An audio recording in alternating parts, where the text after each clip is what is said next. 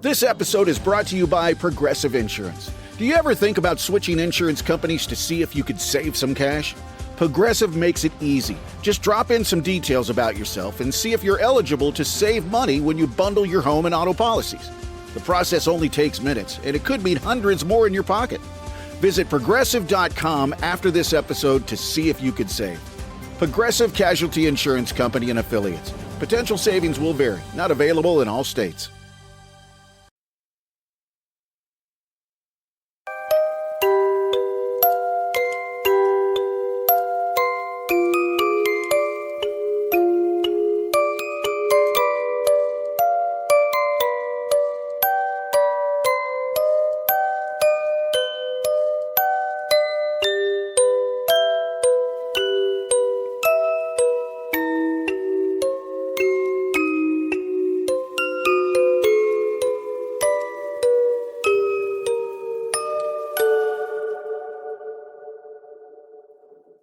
Welcome to another episode of Fringe Beyond Limits.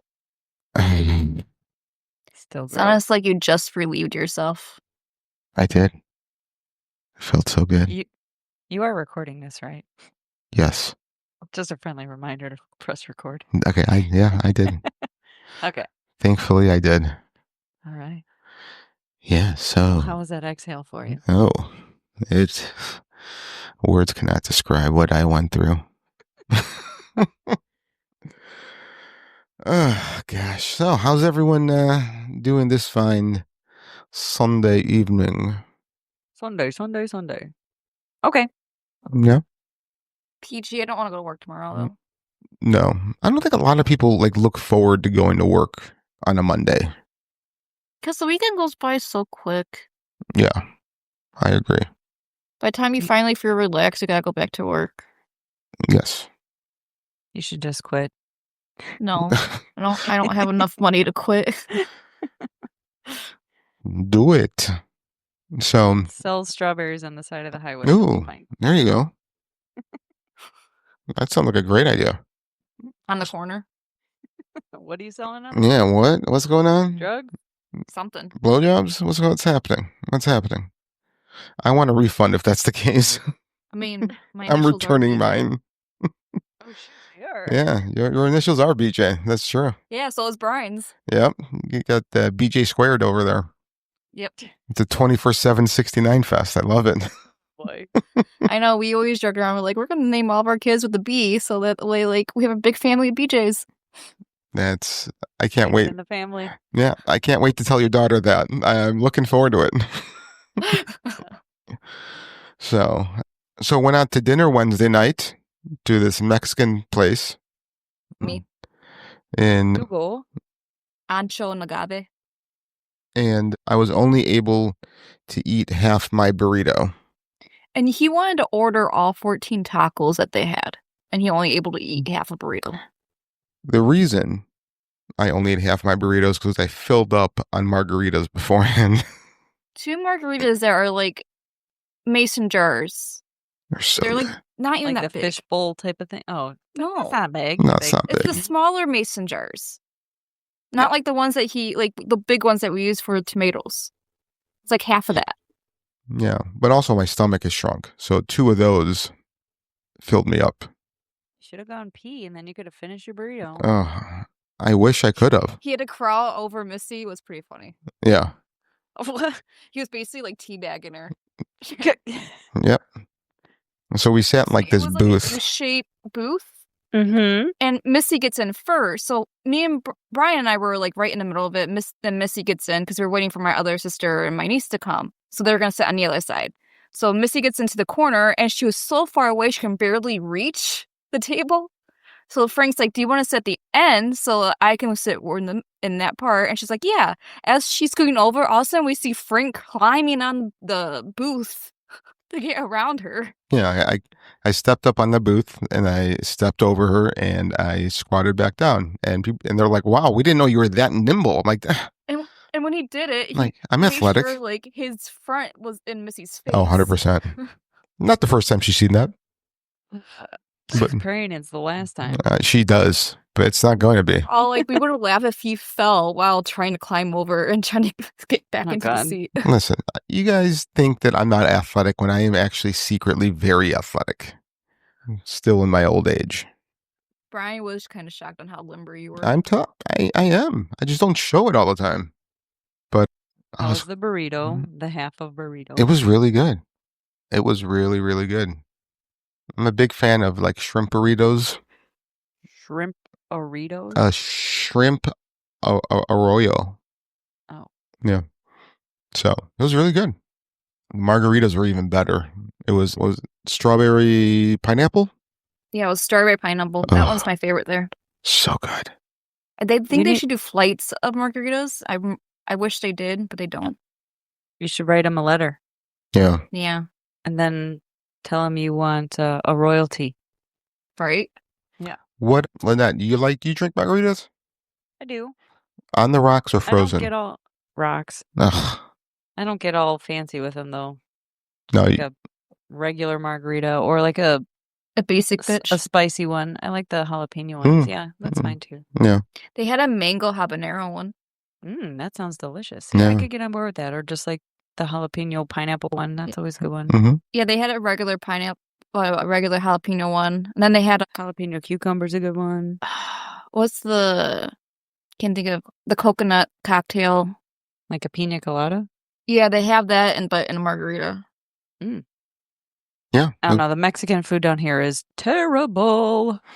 JT and I went out for Mexican food and it was just no flavor. Like you could have added and I'm a wuss when it comes to heat, but I was like, you could have put 6 more jalapenos in this.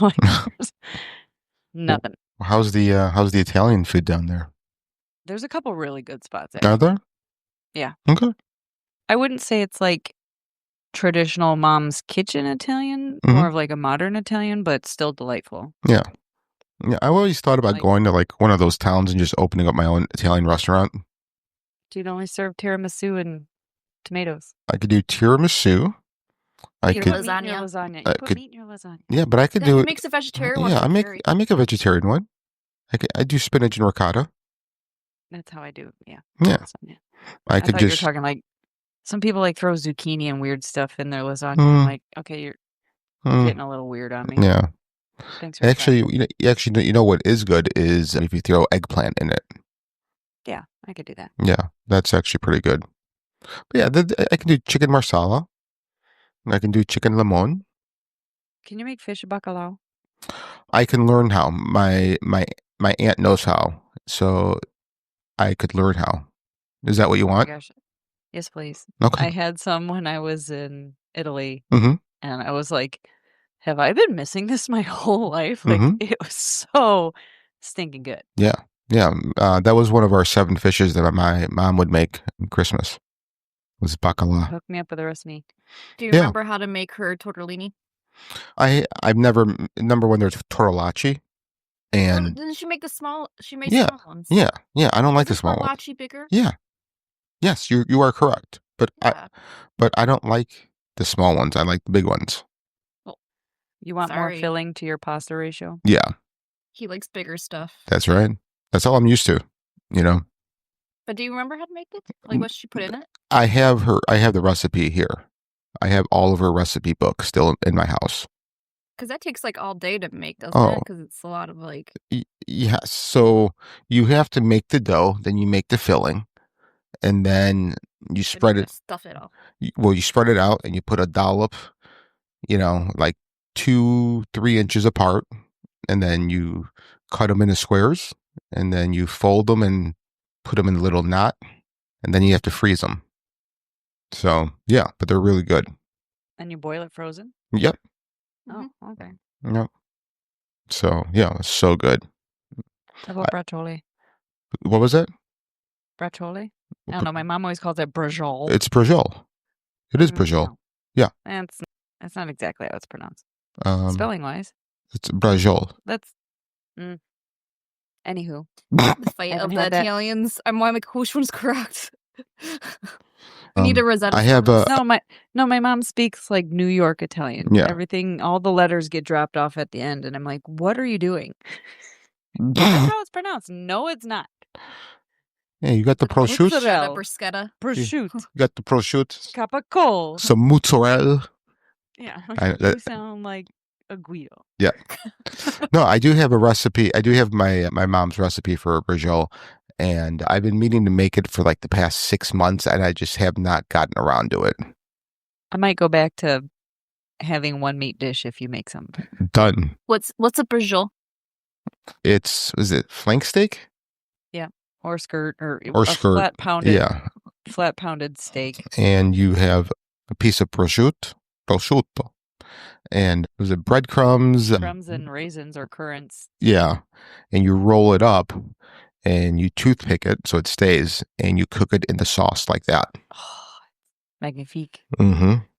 Yeah. So delicioso. Good. See? And you cook it for like hours. Yeah. So that the skirt steak isn't. All right, steak lovers, this one's for you. You know that moment when you slice into a perfectly cooked, melt-in-your-mouth steak? Pure magic. And that's exactly what Heartland Steak Company delivers. Hand-cut, Midwest-raised, premium meat, straight to your door, because you deserve the best. Growing up in Kansas with a butcher for a stepfather, I learned what real quality beef looks like. When Heartland Steak Company sent me their steaks for my honest opinion, let me tell you, they absolutely delivered. They know their craft, and it showed in every single bite. Build your perfect steak box or grab a grill-ready bundle. Either way, you're getting top-tier flavor. And here's the best part. $25 off any order of $175 or more. Just use promo code WOMEN at checkout. So go ahead, treat yourself. Head to heartlandsteakco.com, load up your cart, and don't forget, promo code WOMEN gets you that $25 off. Confronting high credit card debt can feel scary. But the good news is, if you owe $10,000 or more in credit card debt, financial relief options are now available. National Debt Relief is currently offering debt relief designed to reduce what you owe, fast-tracking your way to being debt-free. If you qualify for debt relief, you may be able to pay back significantly less than what you owe and save thousands of dollars. Imagine only paying one low monthly program payment you can afford and saving money as you become debt-free. National Debt Relief has already helped bring debt relief to over 550,000 U.S. consumers, earning thousands of five-star reviews and an A-plus rating with the Better Business Bureau. You're stronger than your credit card debt. Take the first step and visit nationaldebtrelief.com to see what debt relief you qualify for. That's nationaldebtrelief.com. Starting a business can be overwhelming. You're juggling multiple roles: designer, marketer, logistics manager, all while bringing your vision to life. But for millions of businesses, Shopify is the ultimate partner. Shopify is the commerce platform behind millions of businesses around the world, and 10% of all e-commerce in the U.S. From household names like Mattel and Gymshark to brands just getting started. Build a stunning online store with Shopify's ready-to-use templates. Boost content with AI-powered product descriptions, page headlines, and enhanced photography. Marketing is easy with built-in tools for email and social media campaigns. Plus, Shopify simplifies everything from inventory to shipping and returns. If you're ready to sell, you're ready for Shopify. Turn your big business idea into with Shopify on your side. Sign up for your $1 per month trial today at shopify.com/try. Go to shopify.com/try. Shopify.com/try. Right. Yeah, like you, I would make it Saturday, refrigerate it, and like probably put it on at like 8 a.m. on a Sunday to eat at like 4. Yeah. Yeah. Plus your sauce is always better day 2 and day 3. Mm-hmm. Everything's better because it all... Yeah. All the flavors meld. Yeah. Agreed. Now you're making me hungry. All right. Yeah. Happy everyone. Food talk on Fringe Beyond Limits. Yeah. We're now a food podcast. Okay. So stupid ways to diet. Let's transition into that, I guess. just a hard laugh. Yeah. Hard. Just hard. Bree, why don't you go first? You said you had a short one, didn't you? Yeah. It's very short. Yeah. Go for it. So... there was a teenager on a golf course when he hit a ball. He had a really bad shot, and he threw the club against a stone bench. The club split, and the shaft rebounded and struck him right in the heart. Man, I get mad at golf, but never that mad. That's awesome. Mad. I gotta probably warn him, don't throw his golf club. Yeah. You get shafted. Hey. The kid got shafted. I like it. So I used to get mad at golf. Now I just know I'm bad, so I just keep going. Okay, I go next. Okay. Okay, I named this story When the Dead Are Murderers. All right. When the Dead Are Murderers. It came out of my mouth like jello. Okay, so on March 30th of 2015, Stephen Wotak, a 74-year-old man, was decorating his family's grave plot in St. Joseph Cemetery in Thrope, Pennsylvania, for Easter with his wife when the tombstone of his mother-in-law toppled over, pinning him underneath it and crushing him to death. The stone had supposedly been dislodged when previously frozen ground was thawed by the early spring temperatures. So Wotak was buried in a plot directly in front of the tombstone that killed him. It's a little unusual that it was his mother-in-law's headstone. That's the part that stuck with me. Yep. That is so crazy. Karma? Mother-in-law just really didn't like her son-in-law. Yeah. Oh, fantastic. All right. So mine is called... So don't piss off your mother-in-law, Frank. Oh, I'm well past that. You're well past that. I would say too late. Too late. Yeah. Thanks for the warning, guys. All right. So mine is called The Psychic Who Didn't See It Coming.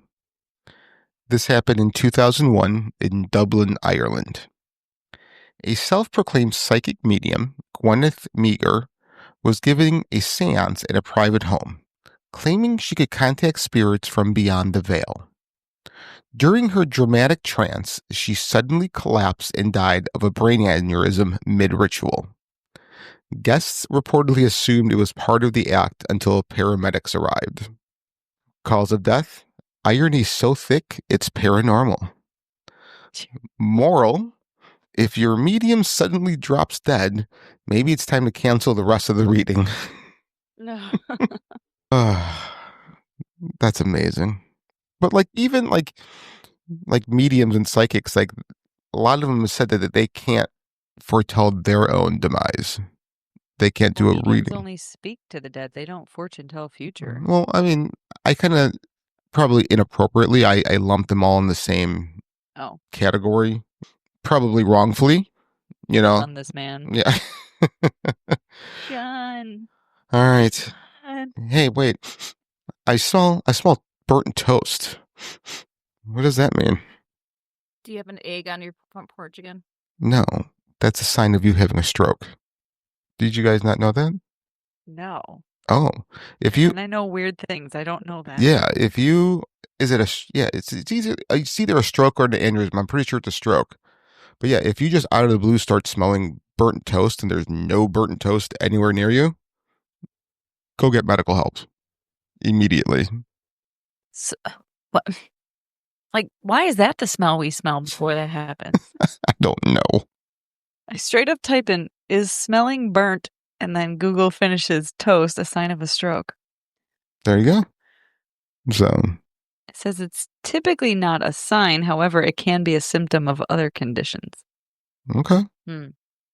Well, still debunked. I'd rather smell something else. Well, yeah, but you're not going skunks. to. Yeah, no. You're disgusting. I love the smell of skunk. I know you do. I know. I know. Make sure your dog gets skunked so you can smell it. Well, no. But one time I could smell the skunks in the backyard. This is back when I still lived in Illinois. And I left the windows open because it was summer. I left the windows open. I was like, this smells lovely. And then after a while, the house started smelling like burnt tires. And I was like, okay, I think I need to close the windows. Because apparently the skunk got a little too close. Yeah. That's disgusting. It's wonderful. It's tangy. Tangy? Yeah. I don't think I've ever heard somebody describe it that way. Yeah. All right. So you really like the smell of weed then? Yeah, I mean, yeah. Yeah? Okay. Nothing wrong with that. Yeah. I can take it or leave it. Skunk? No, weed. The smell or the usage? Yes. Okay.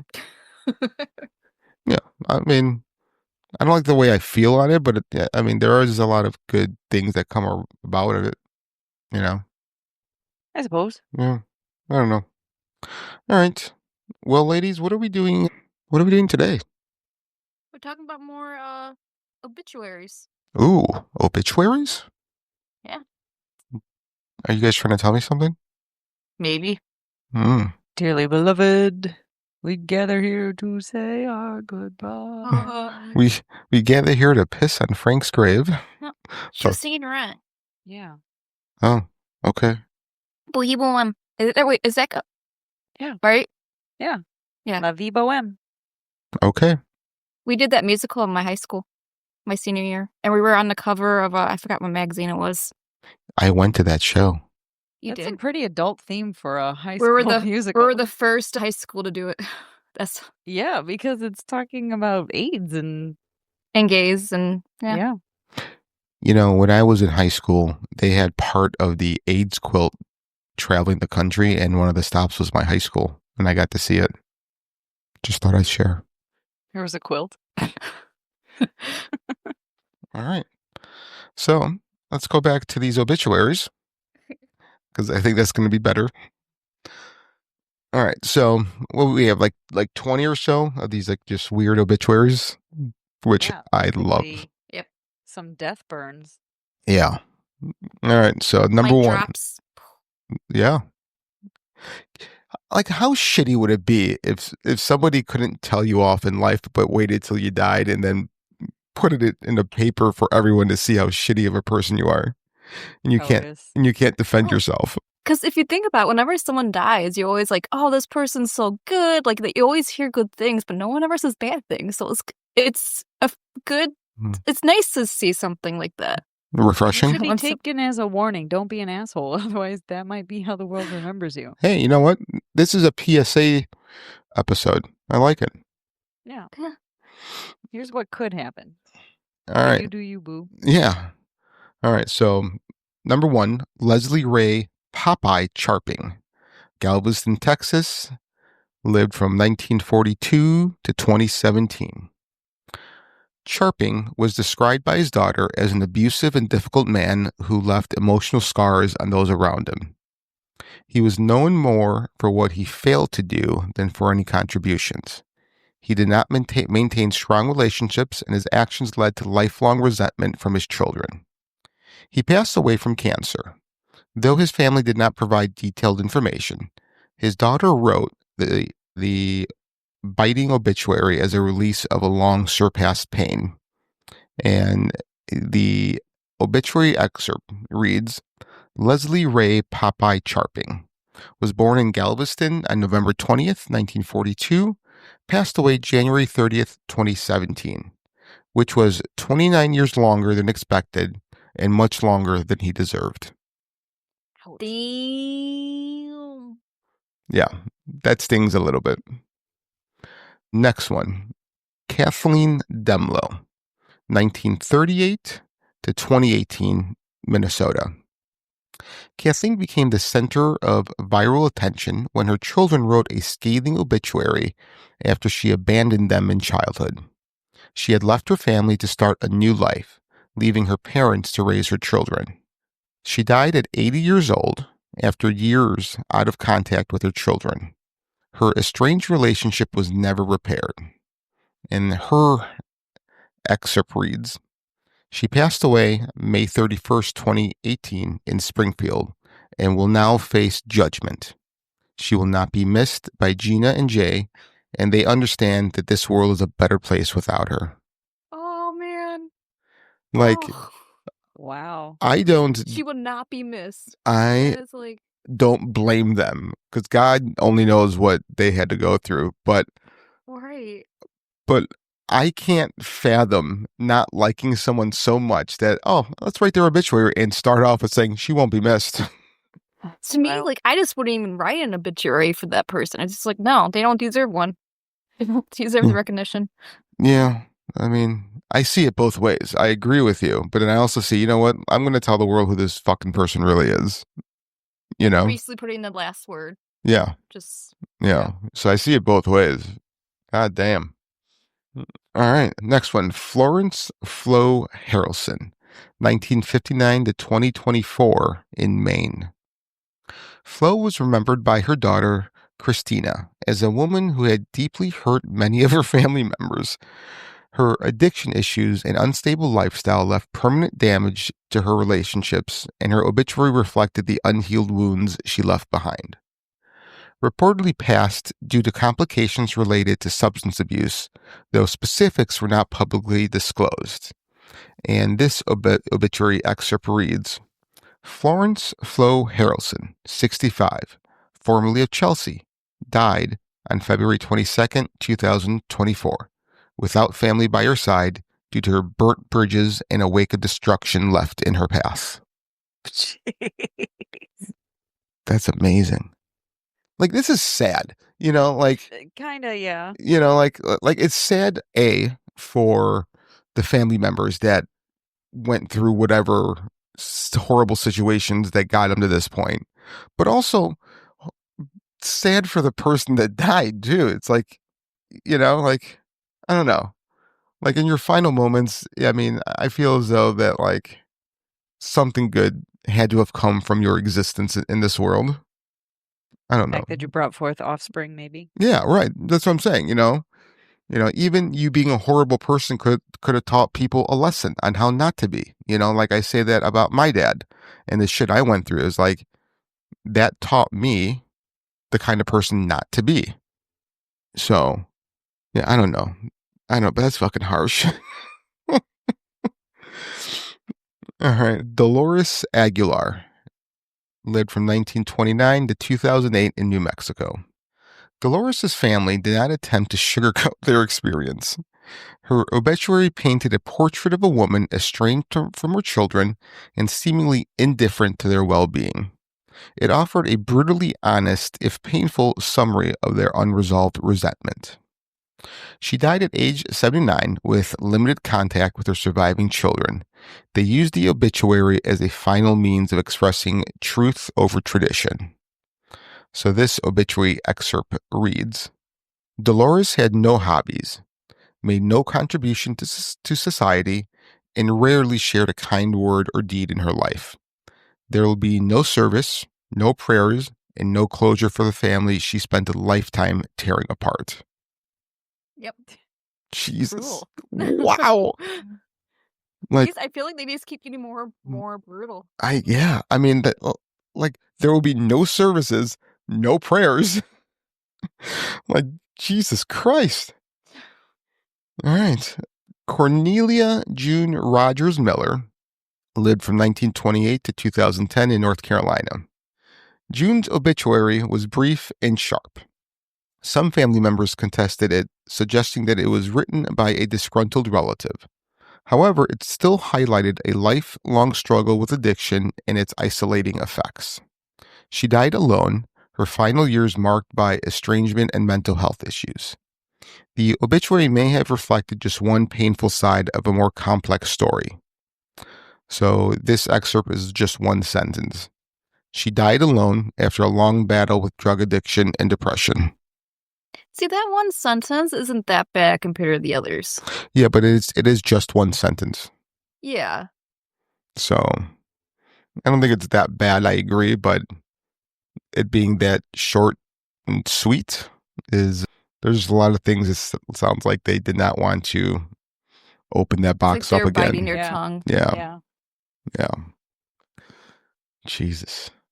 All right. Next one, Hunter Lee Clemens lived from 2000 to 2022 in Louisiana. Hunter was a young man struggling with substance use disorder. His mother bravely wrote a heartfelt obituary that shared his story openly to combat the stigma of addiction and encourage others to seek help. He died of an overdose following a long and difficult battle with opioid addiction. Hunter Lee Clemens, 22, died on February 10th after a long battle with addiction.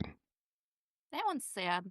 That is sad. So, like the past few, it's been addiction and mental health issues, and it's really hard for me to really put a lot of blame on the people that passed, because for whatever reason they had these demons that affected them and they weren't themselves, except for maybe like the first couple where they were just horrible human beings, it sounded like.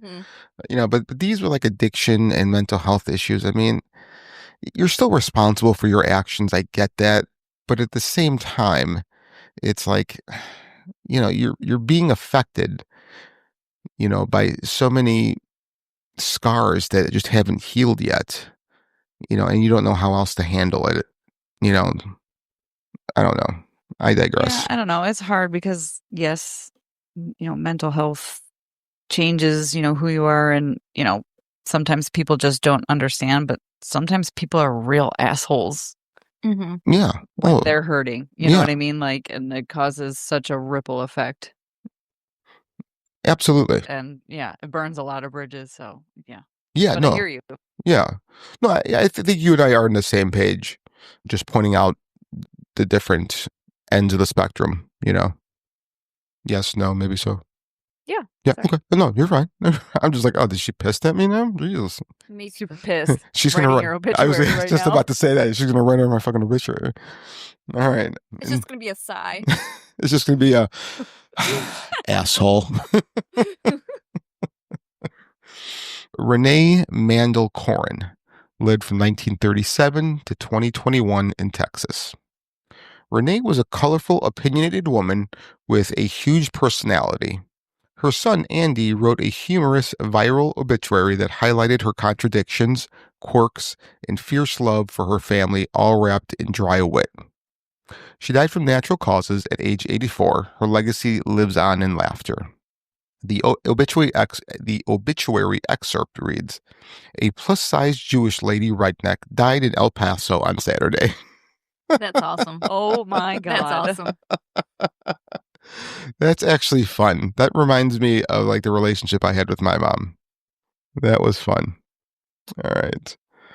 James Loveless lived from 1963 to 2023 in Kentucky. James was a Kentucky man with a mischievous spirit and a penchant for humor. His son wrote the obituary to reflect James' bold and rebellious personality, and the result was a comedic viral sensation. He passed away of natural causes. He was remembered more for how he lived than how he died. The obituary excerpt reads, "He up and died on us." Short and sweet. I like that. That's awesome. So I have an idea. At the end of this, we should share what we want our obituaries to say. You're going to make me think. Yeah, sorry. You got some time. I'm not going to spring it on you at the last minute, so you got some time. I did that on purpose. It is last minute. No, it's not. You got at least another 20 minutes. I know. Do it. It means she's not going to listen to any of the rest of what you're going to say. Well, you know what? She has to learn how to multitask. It's called being an adult. So, do it. Next person. Raymond Allen, Big Al Brownlee. Lived from 1931 to 2014 in Pennsylvania. Big Al was known for his love of simple things and strong opinions. His obituary shared his humorous dislikes and painted him as a grumpy but lovable grandfather who told it like it was.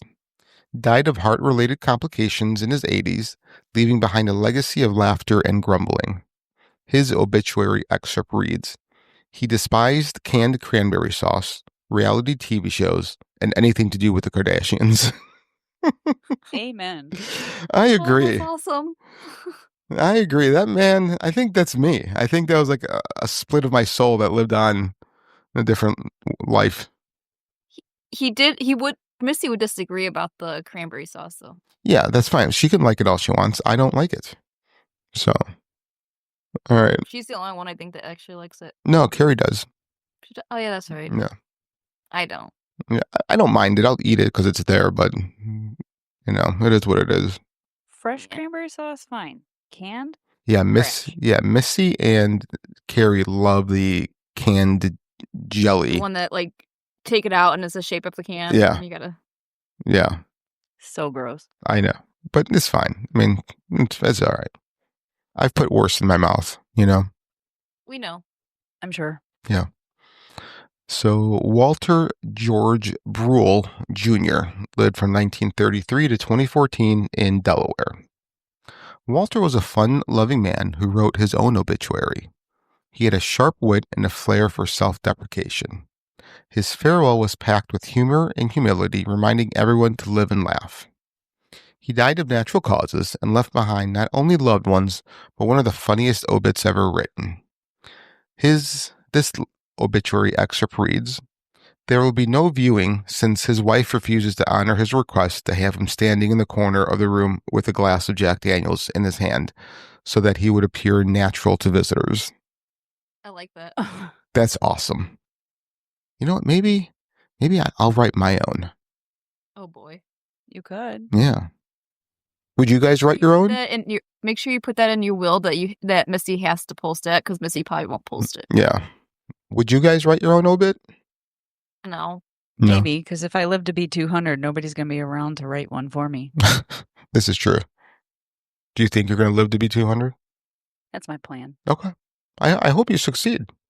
Next one. Bernie Peterson lived from 1943 to 2020 in Ohio. Bernie was known for her sharp tongue, perfect casseroles, and unfiltered commentary at family events. I already love her. She had a loud laugh, an encyclopedic knowledge of soap operas, and an uncanny ability to predict family drama. She died of natural causes in her late 70s after a long life of feeding, correcting, and gossiping. And her excerpt reads, "She passed peacefully, surrounded by the smells of roast chicken and scandal. She never missed an episode of her stories or an opportunity to call you out." That, I like her. I like that. That is my spirit animal. I like that. Yeah. All right, next one. Fred Clark lived from 1940 to 2019 in New Jersey. Fred was a no-nonsense, fiercely independent man known for his dark humor and love of poker. He often said he'd flip off death, and when he did go, his favorite photos showed him doing just that. Cause of death was complications from heart failure, and his excerpt reads, "Fred left us on his own terms, as always. His favorite photo accompanies this obituary. Yes, the one where he's flipping the bird." Man, I feel as though a lot of these people are like small parts of me. You know? A little bit. Right. You're seeing little glimpses of yourself in there. Yeah, right. All right. Next one. June Oakley lived 1935 to 2015 in Georgia. June was a lifelong teacher, poet, and lover of all things whimsical. Before passing, she wrote down her own obituary entirely in rhyme. She passed of natural causes after a brief illness. And this excerpt reads, "I'm off to bake a pie in the sky. So don't you fret, don't you cry. Sing me out with laughs, not gloom. Just leave the flowers, skip the tomb." That's fun. That's cute. Yeah. All right. John Duck Henderson, 1952 to 2021 in Minnesota. John was a lifelong fisherman and jokester who preferred the company of bait over people. Known for swearing at fish and telling tall tales, he kept everyone laughing. He passed of a heart attack while on his fishing boat. Oh, isn't that the best way to go? Doing the thing you love the most. So you would pass out pooping? Yeah, 100%. Okay. Yeah. So what's that? I just scoffed at you. Oh, all right. Thanks, I guess. His excerpt reads, "He died doing what he loved, yelling at fish who wouldn't bite. He took his secrets and his secret fishing spots with him." That's jerk. Awesome. I know. I don't understand why people got to take their secrets with them. I just never understood that. You know? Selfish pricks. Like your mom with her sauce recipe. No, I have it down. I know, but for a while, your guys were like, "I can't figure it out." Yeah, it took a while to get it down. Yeah, but I did. You know, I want to teach others how to make her sauce. You know, like I don't hold secrets because that means she just kind of lives on through people making her sauce. You know? Yeah. So, all right. Next is Helen Cookie Kowalski, 1936 to 2020 in Wisconsin. Cookie was famous for her baked goods and her brutally honest critiques. She had a heart of gold hidden under a layer of sarcasm and powdered sugar. She passed of a stroke at the age of 84. And her excerpt reads, "She never held back her opinions, even when she should have. She baked like an angel and judged like a judge on reality TV." You know what? Somebody named Helen Cookie Kowalski, I would imagine that being very true. Yeah. Yeah. That's great. Have you guys ever written an obituary for someone? No. No, I've been around people that done it, but no. Yeah. Okay. Just curious. You know. All right. Don Big. Confronting high credit card debt can feel scary. But the good news is, if you owe $10,000 or more in credit card debt, financial relief options are now available. National Debt Relief is currently offering debt relief designed to reduce what you owe, fast-tracking your way to being debt-free. If you qualify for debt relief, you may be able to pay back significantly less than what you owe and save thousands of dollars. Imagine only paying one low monthly program payment you can afford and saving money as you become debt-free. National Debt Relief has already helped bring debt relief to over 550,000 U.S. consumers, earning thousands of five-star reviews and an A-plus rating with the Better Business Bureau. You're stronger than your credit card debt. Take the first step and visit nationaldebtrelief.com to see what debt relief you qualify for. That's nationaldebtrelief.com. Starting a business can be overwhelming. You're juggling multiple roles: designer, marketer, logistics manager, all while bringing your vision to life. But for millions of businesses, Shopify is the ultimate partner. Shopify is the commerce platform behind millions of businesses around the world, and 10% of all e-commerce in the U.S. From household names like Mattel and Gymshark to brands just getting started. Build a stunning online store with Shopify's ready-to-use templates. Boost content with AI-powered product descriptions, page headlines, and enhanced photography. Marketing is easy with built-in tools for email and social media campaigns. Plus, Shopify simplifies everything from inventory to shipping and returns. If you're ready to sell, you're ready for Shopify. Turn your big business idea into with Shopify on your side. Sign up for your $1 per month trial today at shopify.com/try. Go to shopify.com/try. Shopify.com/try. Don Simmons, from 1948 to 2018 in Texas. Don was a truck driver, a prankster, the kind of man who taught his kids life lessons via engine grease and country music. Cause of death, complications from diabetes. His excerpt reads, "Big Don drove off into the sunset one last time, leaving behind a trail of country mixtapes and unfinished stories." That's actually funny. All right, let's see. Martha Midge Reynolds, 1922 to 2009 in, our great state of Illinois. Your great state. You know what? You're still an Illinoisan. Yeah. Okay. Midge was known for her sewing skills and her lifelong refusal to smile in photos. She was tough, witty, and never once faked being nice. Cause of death was just old age. And her excerpt reads, "She left this world with a glare and a perfectly hemmed dress. If she's haunting you, it's because your curtains were crooked."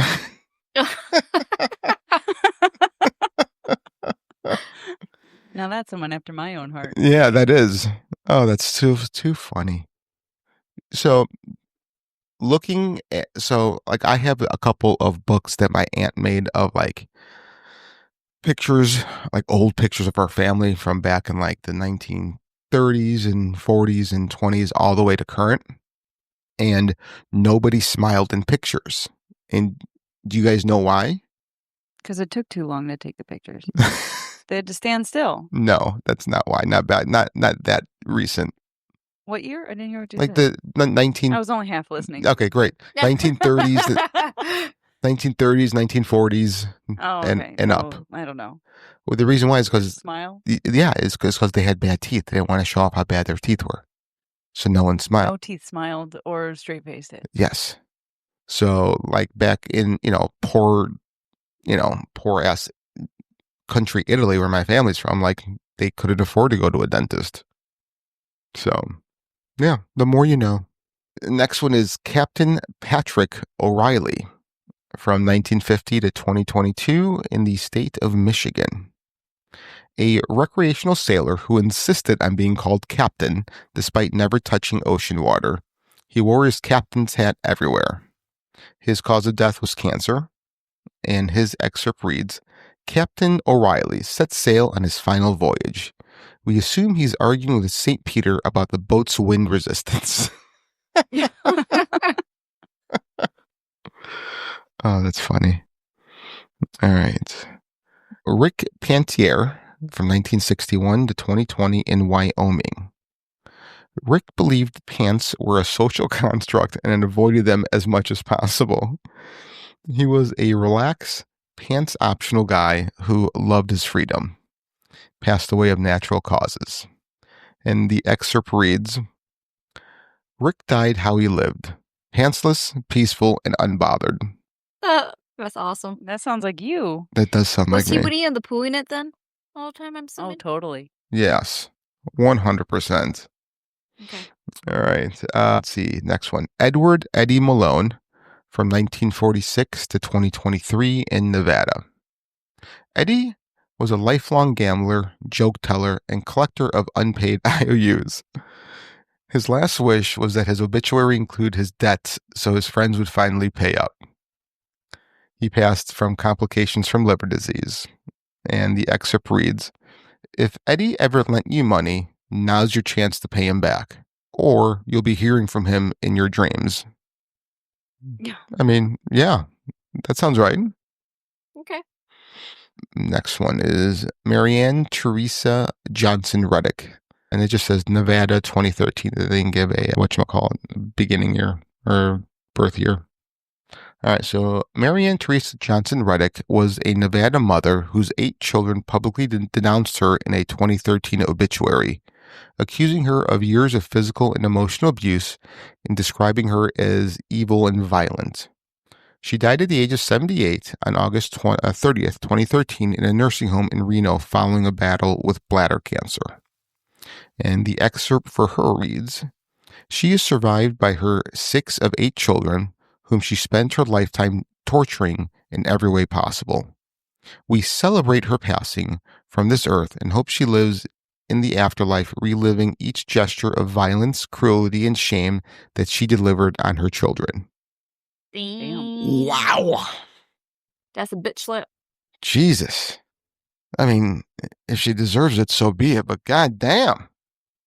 All right, next one. Harry Weathersby Stamps, Mississippi 2013. Harry Weathersby, Harry Stamps, was a beloved Mississippi college dean, foodie, globetrotter, and charismatic ladies' man who died on March 9th, 2013 at the age of 80. The obituary doesn't specify a medical cause. It notes he died exactly on the day clocks were set forward, daylight savings time, which is family regarded as his final protest. So his excerpt reads, Harry despised turning off the lights, which is how he came to practice energy conservation before it was hip. He particularly hated daylight savings time, which he referred to as the devil's time. Uh-huh. That's cool that he was that was cool that he was a globetrotter. Yeah. That's fucking awesome. I thought you were going to be happy he was a ladies' man. No, I mean, yeah. I mean, just another fellow, lady killer.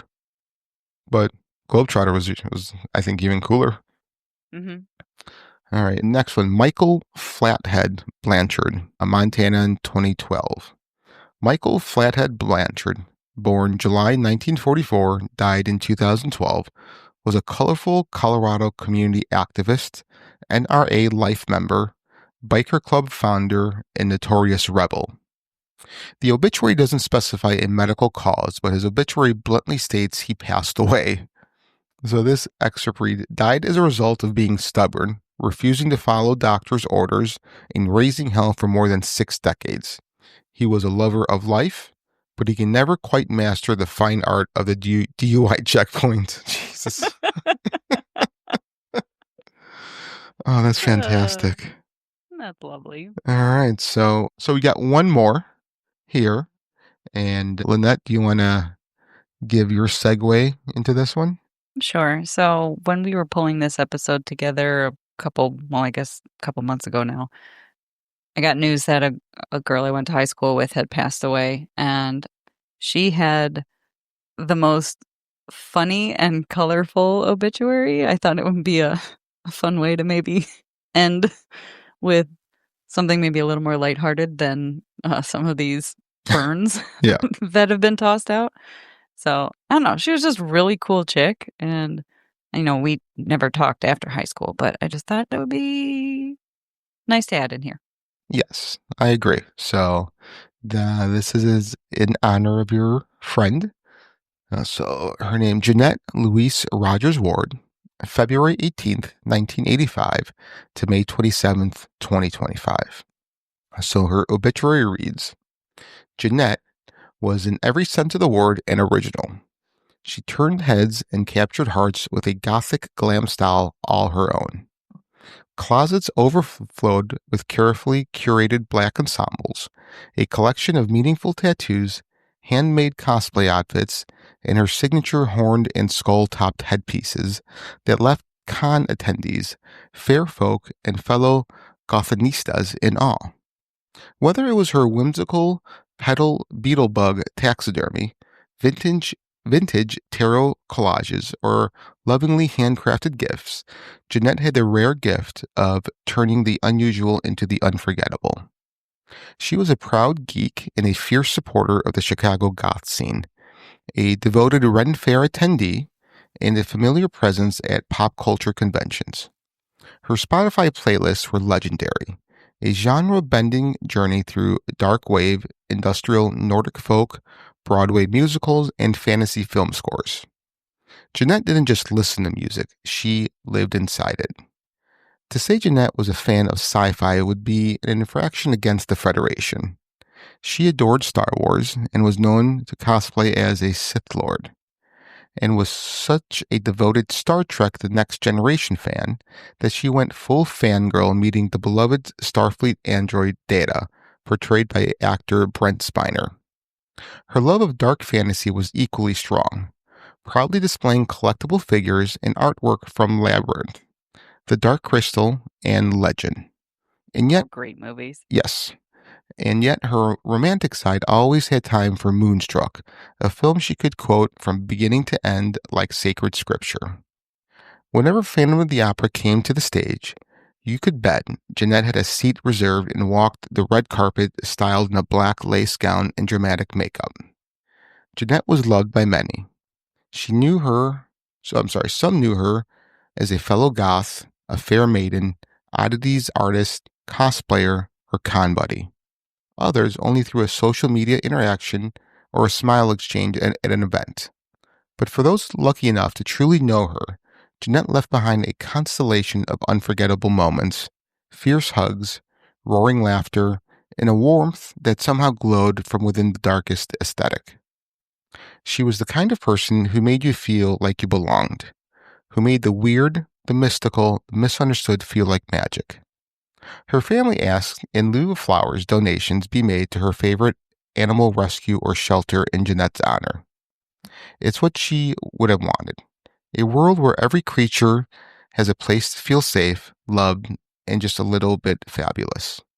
To borrow words she loved, it's only forever, not long at all. And of course, let's not forget Crab Rangoon. If you know, you know. If you know, you know. That was fun. That was very nice. And she is now one of my favorite people. She's fabulous. Yeah. I mean, she so sounds it from this. Mm-hmm. Like, it sounds like someone I would sit down and make fun of, and like in a lovingly manner. In a loving way. Yeah. And she would probably give it right back to me without flinching, right? Mm-hmm. Yeah. That's fantastic. So do me a favor. Find out what her favorite animal rescue is or shelter, okay, and I'll make a donation in her name as well. Sure. Yeah. Will do. Yeah. That'd be great. Wow. All right. That was cool.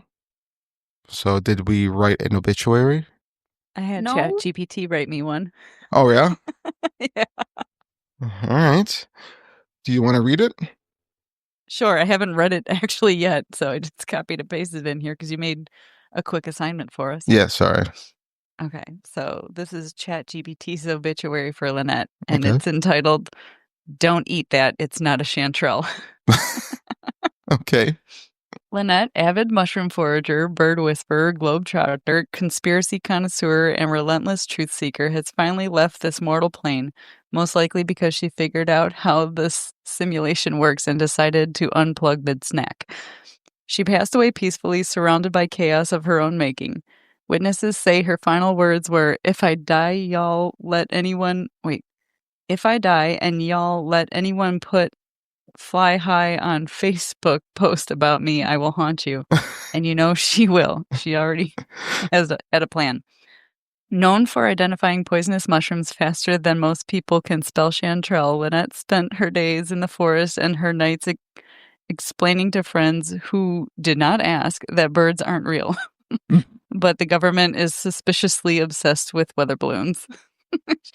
I'm like crying reading this. I can't read through my own tears of my own obituary. Sniffles. She was a woman of many talents and zero patience for nonsense. She once survived an international flight seated next to a loud chewer and a man who thought the earth was flat without being arrested. Barely. She could detect lies faster than TSA dog sniffing beef jerky, and had a sixth sense for when someone brought store-bought potato salad to a potluck and tried to pass it off as homemade. What a shame. Lynette's hobbies include laughing at her own jokes before she even finished them, forcing her friends to eat things she swore were edible. They were, mostly, and traveling to obscure places just to confirm her suspicions that humanity is deeply weird, and she was absolutely right. She is survived by a library of banned books, a tattered field journal full of half-mythical mushroom sightings, and friends who still flinch when someone says, "Let's go for a short walk," because they know it means 3 hours and 2 existential crises later. Her ashes will be scattered in an undisclosed forest known only to cryptozoologists and questionable shamans. If you find a fairy ring, a hand-drawn map, and a pair of vintage binoculars tied to a tree with a red thread, congratulations, you're invited to the after party.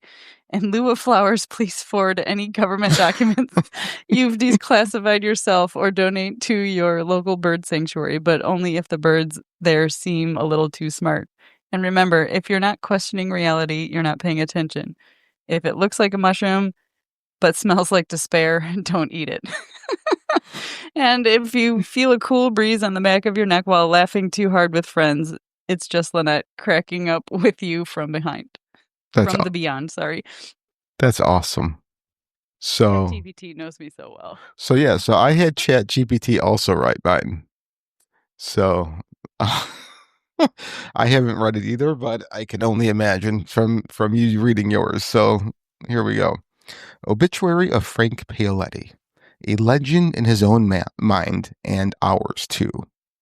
Frank Paoletti, 67-ish, give or take a few stubborn years he refused to count, finally tapped out of his mortal coil on said date, surrounded by people who loved him, and a few who just came for the snacks.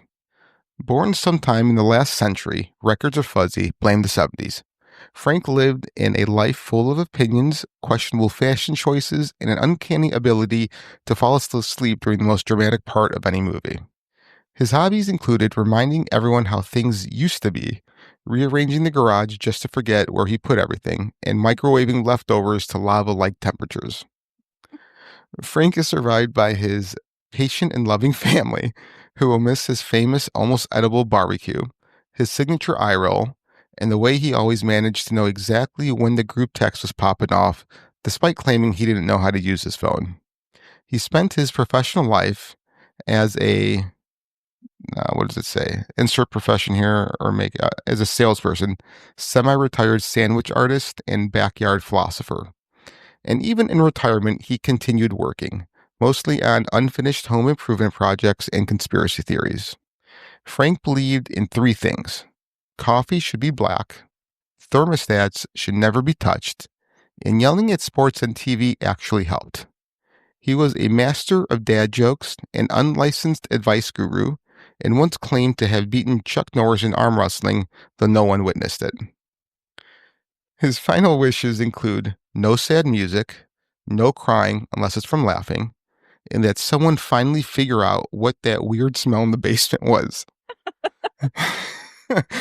In lieu of flowers, the family asked that you mow your lawn correctly, stop putting empty cartons back in the fridge, and root for his team at least once, even though they never win. Go Cubs. A celebration of life will be held at whatever place where stories, food, and bad dancing in Frank's honor are strongly encouraged. Hawaiian shirts optional, but encouraged. I love Hawaiian shirts too. That's so weird. I know you do. Yeah. That's great. Rest easy, Frank. Heaven just gained a guy who's probably already reorganizing the place and asking the angels if they've checked the fuse box. That's nice. Awesome. Bree? Okay, I did one on my GPT, and I just try reading one of the first words, and I can't pronounce it, so help me. Do you want me to read it? Do you want me to read it for you, or do you want me to? Or do you want actually read it for me? Yes, because I'll probably mess up 5 million times. That's fine. Yeah. All right. So Bree, fry connoisseur, ghost whisperer, animal magnet, and professional word maker upper, has floated off to the afterlife under mysterious, wacky circumstances. Sources confirmed she was last seen chasing what she swore was a ghost, but turned out to be a raccoon in a Halloween tablecloth.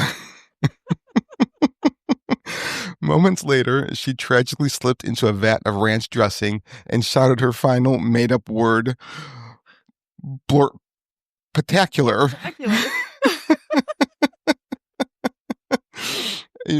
A passionate ghost hunter, Bree once tried to hold a seance in a Taco Bell bathroom. And yes, something did respond. Her EMF readers often beep, though it was unclear if it was spirits or just the nearby waffle iron she insisted on carrying for ghost snacks. She leaves behind a mountain of purple clothing, 3 haunted garden gnomes, 17 notebooks filled with her own invented language, which scholars are still decoding. So far, they've translated a snorbullet as to dance aggressively in fuzzy socks. A possum named Kevin, 2 semi-haunted cat statues, and her beloved air fryer, which she once described as the holy grail of crispy joy. Bree's cooking was legendary and mildly dangerous. She once created a recipe called Phantom Fries. Fries so spicy they summon tears, truths, and possibly an interdimensional being called Craig. In her honor, friends are asked to celebrate her life with a fry buffet, a dramatic ghost story, and at least one sentence using a word she made up. Bonus points if you wear purple and howl at the moon. Her tombstone shall read, "Here lies Bree. She snorfled, she fried, she blorped, and she was gloriously herself." In lieu of flowers, please send cursed thrift store finds, your weirdest pet photos, or handwritten notes containing your own nonsense vocabulary. Love it. Well, I have a possum named Kevin. Oh, no way. Well, you know, you blorped. I blorped. You blorped, so that's fantastic. That was a lot more fun at the ending than I kind of anticipated. That was awesome. Agreed. Yeah. All right, ladies. Blorptacular. It's the blorptacular.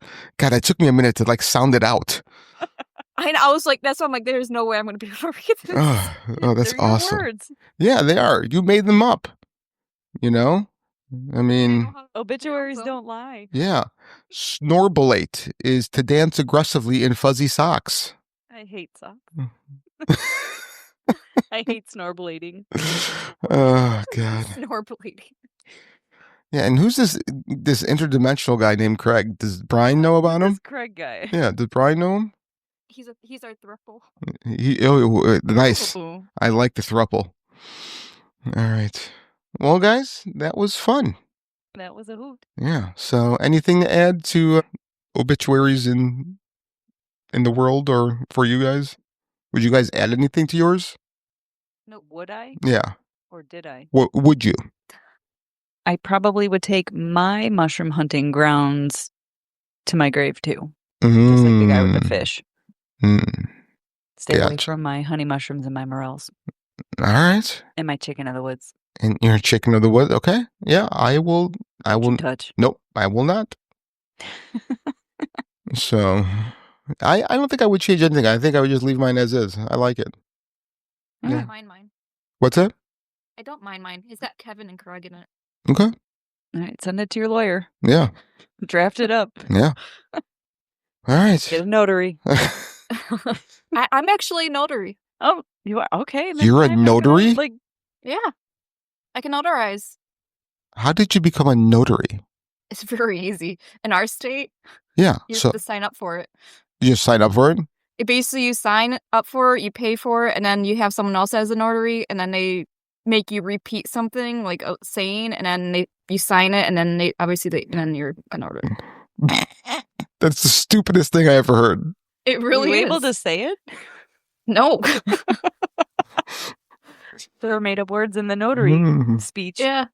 All right. Well, I'm going to go become a notary, and you're going to just give me the secret password, and I'll be a notary too. Yeah, it's very simple to do it in our state. It's like I think a minister. The person that had me do it, she moved to Pennsylvania, and they have even more strict rules. You have to go to classes. You got to do all this stuff, and then our state's like, nope. That's awesome. Are you here's reading? a booklet what to do. Notary. Yeah, this is here's a booklet what to do. Repeat this oath and have someone witness it, and you're fine. Oh, and pay money. How much is it? There's always the money. I don't remember. My work paid for it, so I don't know. All right. You only have to renew it every 5 years or something like that? Something like that, yeah. Yeah. Oh, I am so going to become a notary. It's really simple. I'm just gonna walk around and just threaten notarize things. I'm gonna notarize everything. I'm gonna notarize you. So, all right. Well, guys, that was fun. Happy that we did this. And yeah, my name is Frank. I'm Bree. And this is Lynette. And you've been listening to Fringe Beyond Limits.